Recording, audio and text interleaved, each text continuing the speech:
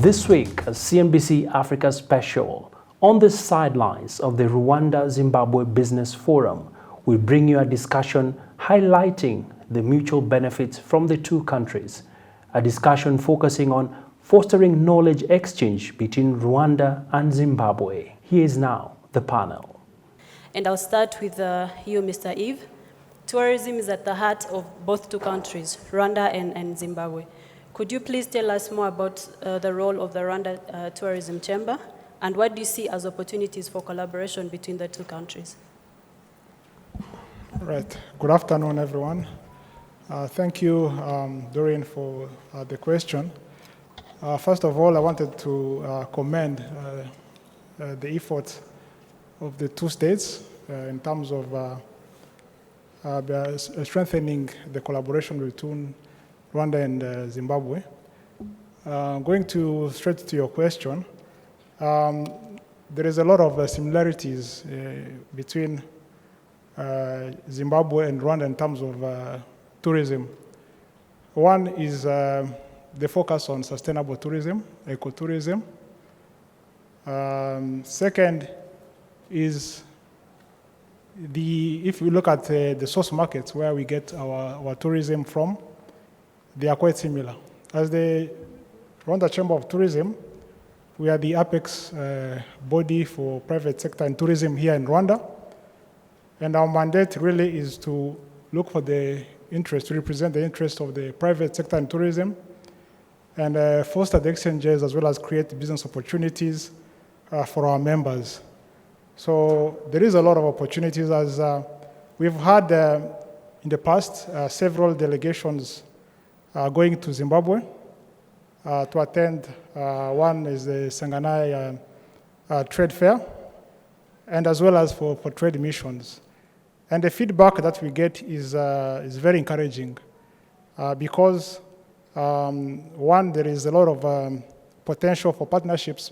If you look at the products that Zimbabwe sells in tourism, Victoria Falls, the cultural heritage, as well as other sites that they have, are complementary to what we sell as a destination. So there is no competition. There is a lot of opportunities for collaboration in terms of joint packaging. For most of, like for Rwanda, our number one source markets in revenue, it is the US and basically North America and Canada. And this is also a key source market for Zimbabwe. So for having someone from the US to come to Africa, they always want to do more than one country. So there is potential in terms of joint packaging, multi-country packaging between both countries.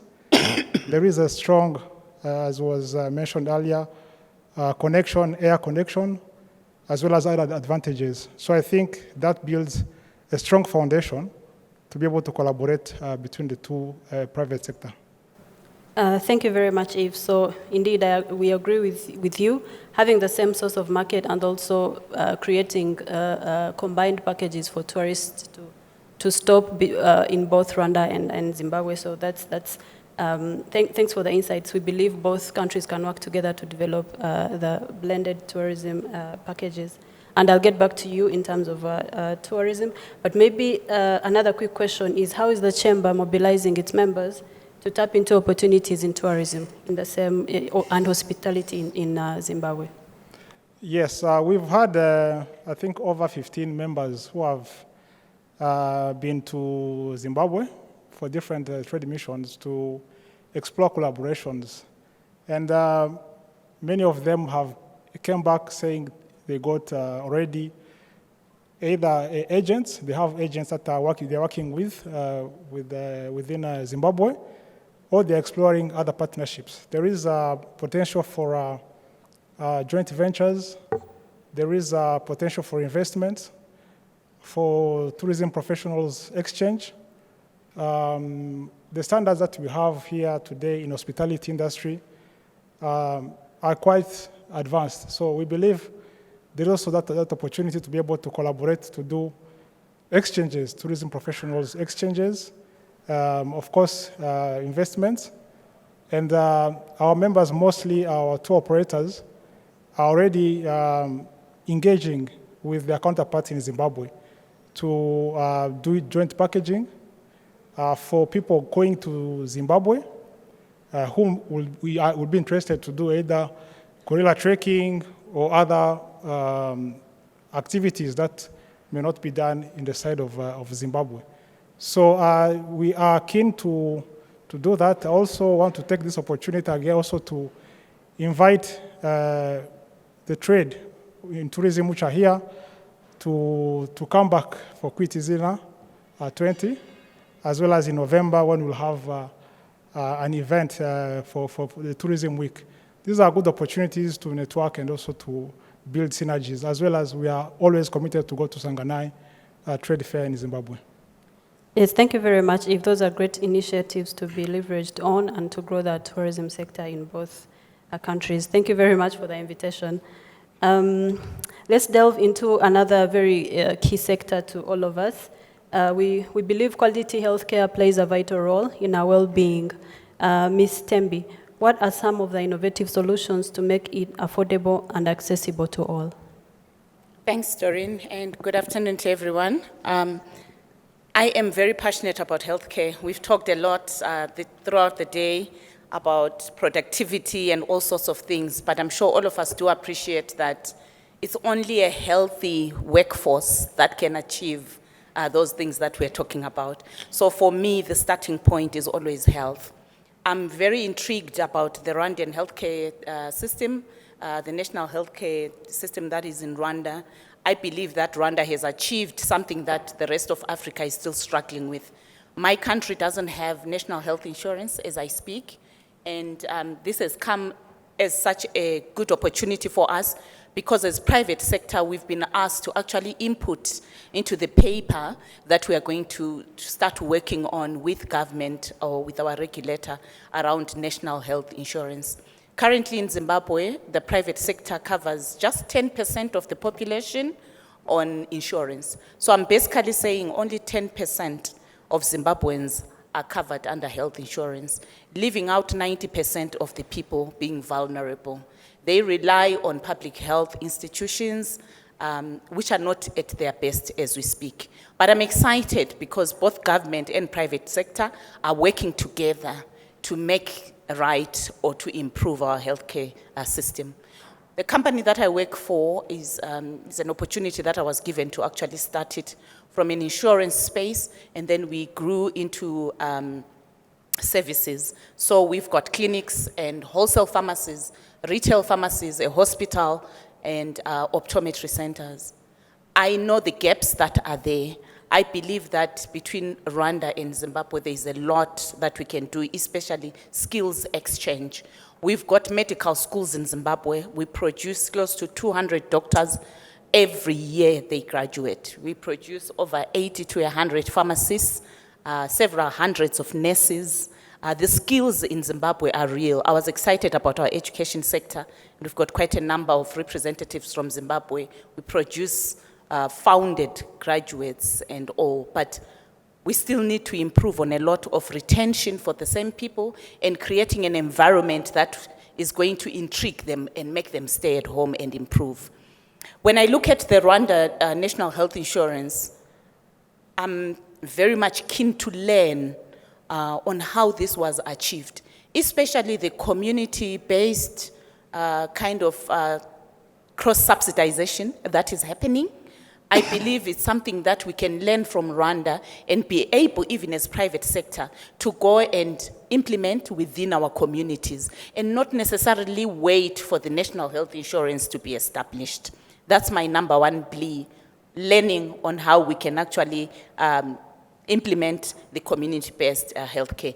My company is prepared to actually spearhead that, and I know there are other competitors who will be keen to work together with us because it's not an area that I feel is a competitive area, but it's an area of collaboration for the health of the citizens of Zimbabwe.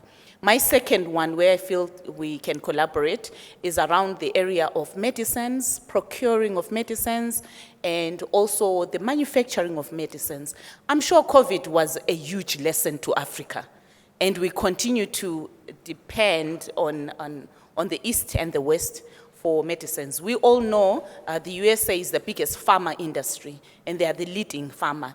But what is Africa doing around that? In Zimbabwe, we have a wholesale pharmacy, but we're actually not producing. I was very intrigued about that. Varichem is already working on establishing here in Rwanda. It's one of the manufacturing companies in Zimbabwe. I was quite excited. How can we work faster and together to make sure that we manufacture a number of lines, especially the critical lines, first line antibiotics, your immunization issues for every child to make sure that they get immunized. Things like that, that I believe are quick wins. These are the things that I really wish we could collaborate on. The other third one for me is around ICT systems that we use. As Zimbabwe, we've been so dependent on ICT operating systems for medical aid administration, even for our services. A clinic setup, clinic systems, hospital systems are not from home. We've relied a lot on South African systems. Right now, we've just managed to come up with something using local brains, local developers that we got from home, young minds. We've come up with a system, but we still need a lot of other solutions that can plug into that. Things like how do we curb fraud? Things like how can we use robotics to actually analyze our claims and come up with a story from there? How can we manage our diseases easier? How can we use artificial intelligence in all this space? So we are still looking for that. If there are any companies that can actually work with us on that, we'll be so excited to partner. So those are some of the things that I could quickly come up with, but there is a lot in healthcare that we can discuss, and I'll be available throughout this whole conference up to Thursday. Thank you. Thank you very much, Ms. Mloy. I think, yes, a round of applause to her. I think this pretty much sums up leveraging on mutual strength for both countries. I hope there's a health personnel in the audience, and if not, we'll try to get Ms. Mloy a contact in our health ministry to be able to have those conversations. Thank you very much for those insights, and thanks for touching on ICT, which is going to be my next question to Mr. Robert, who is an expert in technology. So, Mr. Robert, we know QT has been developing successful and innovative digital solutions in various sectors and is also expanding in other African countries. In your opinion, what needs to be done to unlock the services exchange between Rwanda and Zimbabwe? Thank you for having me, and thank you for having me on this panel. And I believe that we are already on the journey just by us being here and exchanging ideas amongst very passionate people tackling very difficult issue within tourism, within healthcare. These are not simple industries to tackle. But it starts also with, a lot of times we look at the technology by itself, but it's driven by commitment and people and collaboration. So if we look, just us being here, we've seen the commitment of the two countries, which is huge. Without that, there is no technology. There is nowhere to plug your devices without that commitment. We thank RDB, Philip. You see, we have our ambassador here. That shows a big statement that the people and the teams are here. I see the chief tourism officer is here as well. So that alone shows that this is not something that's verbal rhetoric, but actually people want to solve these problems. And at QT, we are driven by the wind of our leadership. Our Excellency, President Kagame, has always pushed us in terms of self-reliance. So when we look at the technology solutions, we try to ask ourselves, what can we build? How can we develop our own capacity? And can we solve these problems? And we've taken that to the markets, and it has proved a successful strategy because the demand is there. So we've had solutions in healthcare, in justice, in cybersecurity as well, where we looked within and we were able to provide the solutions for ourselves. And in doing so, we realized that what we've learned, we can also pass to other countries. So we're now in 10 countries in Africa where we're also sharing our experiences with what we've done with revenue, with the electronic billing system, with what we've done with the national idea with citizen registration and vital statistics. These are small pieces to the puzzle, but eventually everybody benefits. And from our position, we're not looking to be corporate vultures in the sense of other companies that are coming to Africa. We really understand that if Zimbabwe improves, Rwanda will improve. And we see it everywhere. You can look at the analogy of real estate, where you can, if you go to a certain neighborhood and there's a really nice house, chances are the house next to it is also nice. So that's at the micro level, but if you look at it at the macro level in terms of Africa, if Rwanda really builds something really well, then chances are the neighboring countries and Zimbabwe, et cetera, will also spread. And I believe our speaker who was here earlier, Mr. Kipson, articulated it well by showing the map of the GDP of Africa and what's to be had if we can look at it together. So in essence, technology doesn't stand alone. It needs the collaboration of the community and the people and the commitment. And we're seeing the commitment here with all the stakeholders here. And it's great to see that people from Zimbabwe have come here. And also, we would also like to go back as well and share our experiences. Thank you. Thank you very much, Mr. Robert. I saw you caught Ms. Mloi's attention when you said you have some innovative solutions in the health sector. Do you mind expounding on that, if there are any that you've developed already or some that could be in the pipeline? Thank you. Yes, thank you. So with healthcare as well, there are many different solutions that are needed. And one solution that we've provided is linking different medical databases so that if you go to one clinic and it's not in the town that you're from, they will still be able to pull that data. But then not only that, but also give you security as well. So in the sense of, if you're going there for a cold, you don't want them to see that you may have other chronic illnesses and so forth.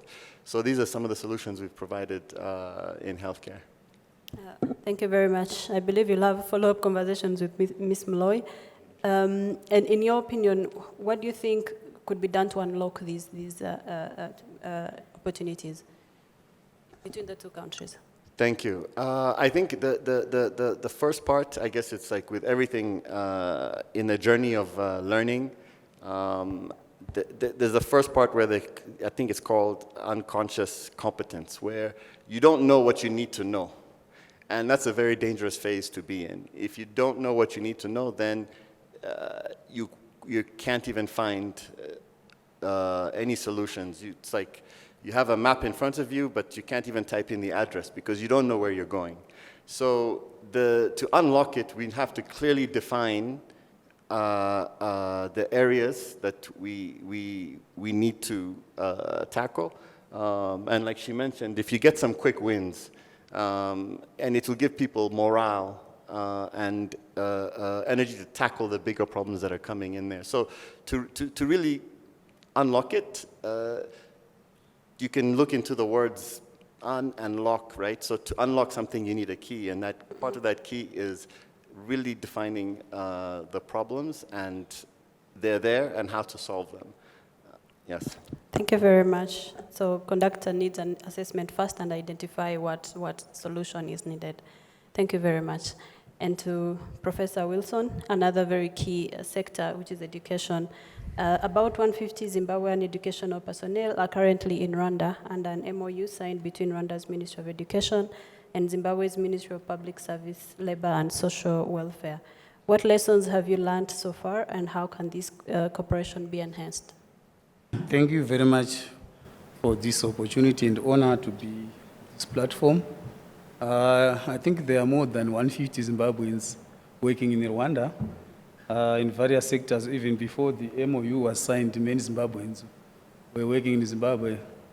Myself, I worked at the then Kigali Institute of Science and Technology as a professor in 2010 to 2012, almost 2.5 years. Welcome And back. I found some Zimbabweans already here, they are still here, and many more are coming in different forums and so forth. So I think our relationship has been, now it's now getting formalized in terms of employment, but before that, many Zimbabweans are still away working, and they are still working outside this formal agreement. However, coming back to the issue of the 150 Zimbabweans in educational professionals, the memorandum was signed in December 2021, and this first group of Zimbabweans it's in phases. They came in 2022, the first group of Zimbabweans who came here. And the purpose of this memorandum of understanding was really to protect these citizens in both countries, really, from the dangers of unethical and unfair recruitment practices of human capital across national borders. And it's something which is common, really. And this was the gatekeeper to that. So the MOU is currently operating very well due to many reasons, really. And the main reason was, or one of the main reasons is the planning which was done. There was really a lot of planning, careful planning between the two countries which happened. There was a lot of negotiations and rigorous engagement among experts in both countries. Hence, it's one of the reasons why it is a success. It was also examined, this MOU, the draft, by specialists from the International Labour Organization and the experts from the International Organization of Migration. And both of them agreed that this was in sync with the best practices in labor migration. So it was really approved and given a thumbs up by these two bodies. One of the things also which has led to its success was the pre-departure training. The people who came to Zimbabwe, to Rwanda, actually they underwent some tests or examinations so that they are to check on their capabilities, competencies, and so forth. So they passed those who came here. That I don't know how that was set, but I guess it was between the two countries where they checked on the competencies of the people who came here. So they wrote that and they passed. But before they came here, there was a pre-training where they went through training. They were told exactly what was expected of them in Rwanda, and also what the government of Rwanda was also responsible for. So they knew where they were even going to work from and so forth, and they made an informed decision. So I think that's one of the reasons also which is making it successful. They made an informed decision. And these Zimbabweans are deployed, as we have heard in the morning. They are deployed in teacher training colleges, where Zimbabwe is also quite very powerful in terms of education training. They are also deployed in technical and vocational training, and they're also deployed in integrated polytechnical regional centers. And we do have some lecturers who are teaching at the University of Rwanda, College of Medicine and Health Sciences. So all this, actually, they went through the same process. So we do commend Rwandan government for recognizing the professionalism and work ethics of the Zimbabwean, and as witnessed in this educational exchange between personnel. So in summary, the lessons which have been learned are good planning, relevant consultations, to do things above board. Even when the MOUs were signed, they had to undergo the normal approval in each respective country. It wasn't just only like the Ministry of Labor going into the agreement. It followed all the required process for approval in Zimbabwe. So it happens also in Rwanda. So also we follow best practices, consulting people with labor experts, as I've mentioned, and abiding by all the laws. It helps. And also to follow the principles and facets of labor migration and decent work. So this was all done in this memorandum of understanding. I think we also have to applaud the two countries, because this MOU has now become a continental template for bilateral labor agreements between various countries. They are coming to Zimbabwe, asking about it, to Rwanda, asking about how did it go about and so forth, and they are learning from there. Thank you very much, Professor. Those are very insightful remarks. And quickly, if you could kindly share on how do you think this cooperation can be enhanced between the two countries? Thank you very much for the question. I think from the morning, people have been talking about the skills which are required, the human capital skills which are required for the various sectors and so forth. So it is very important that my first proposal will be, let's have a memorandum of agreement on mutual recognition of education, qualifications, and academic degrees. So it is very important that the two countries really understand or share their national qualification frameworks. A national qualification framework, it describes the education system of a country from the lowest level, which is early childhood development, up to the university level. So we really need to share and understand our frameworks. And that alone will allow for horizontal and vertical movement of our people in the two nations. Just in the morning, there were some Rwandese people who said they would want to study for their postgraduate, which the universities from Zimbabwe were displaying there. So for that to happen, really, there should be mutual recognition of the prior learning which they have. Can they really fit into this master's or which they ever wanted to study? So it is very important that we make this agreement on mutual recognition of education, qualifications, and academic degrees. And after that one, my second proposal will be, we also need to really manage the higher education system, which is where I am based now. So we really need also to have a memorandum of understanding between the Zimbabwe Council for Higher Education and the Higher Education Council in Rwanda. I'm coming from the Zimbabwe Council for Higher Education, and here we have the Higher Education Council, and our responsibilities are them in terms of regulating the higher education system and ensuring quality. So I'm saying we also need to have a memorandum of understanding where we cooperate and we ensure that the best quality practice being done here are the same being done in Zimbabwe. We also work on capacity building.